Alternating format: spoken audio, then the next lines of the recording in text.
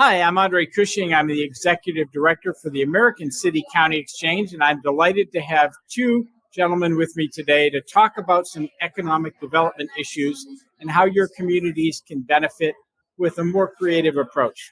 So with me today is my friend Dean Bennett, who is the Economic Development Director for the town of Orrington. He has over 30 years experience in planning, code enforcement, and economic development issues. I had the pleasure of working with Dean when I was on the Hamden Town Council, and we'll talk a little bit about the creative approach he took to helping developers. To my left is my friend Greg Brooks, who is with the Better Cities Project. Greg focuses on issues that affect major cities throughout the U.S., and he is a executive committee member for ACE and has been a wonderful asset. So, gentlemen, thank you both for joining us here today. Pleasure to be here. So, Dean, tell us a little bit about your experience evolving through the economic development world. You took a job there because at 23 you needed some benefits, but it has worked into a career that has allowed you to help a lot of people. And maybe we can talk about some of the steps you took in Hamden that were very effective. I came into the economic development field really haphazardly. I've had no formal educational training in planning or economic development. I found myself in a job that necessitated me to learn municipal government and how to operate within the bounds of a public process. And to be effective, you've got to do that in a collaborative way, collaboration with developers, collaboration with policymakers. You have to have a holistic view of what your objective might be and find creative ways to get from one point to the next. So in Hamden, we're a town of about 7,000 people.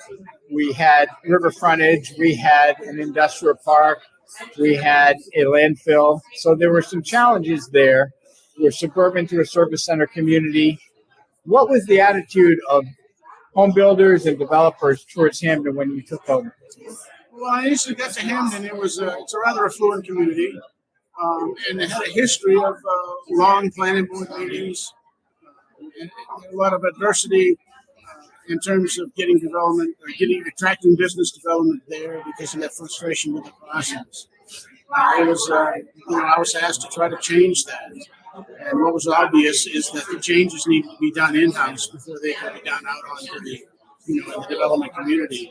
And so we put a structure in place that facilitated and expedited a development review process in the interest of the developer and certainly ultimately in the interest of the citizens. We want the development, we want it to be appropriate. And so in order to do that, the process has got to be predictable, it's got to be timely, and it can't change along the way. So we developed a system which assured the developer that if he did A, B, and C, and D, he would get his approval in a timely way.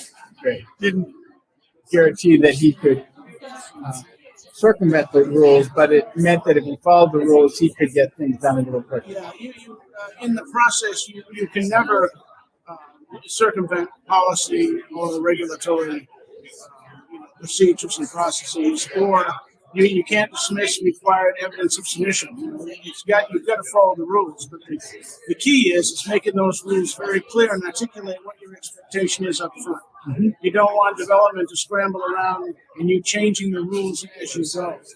Ideally, everything was written down in black and white, and the obligation is for both parties to follow the regulations and get to the end as quickly and as timely and appropriately as possible. Right.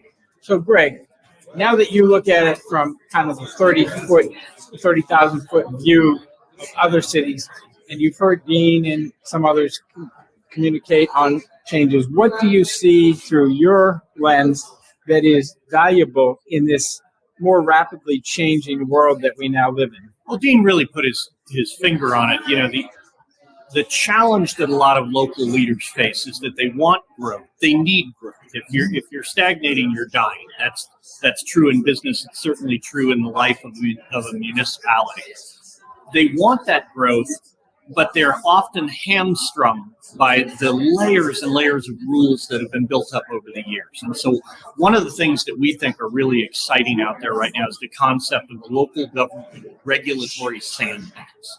Essentially, if a business shows up, they don't fit into the existing models for different business types that you would permit or allow.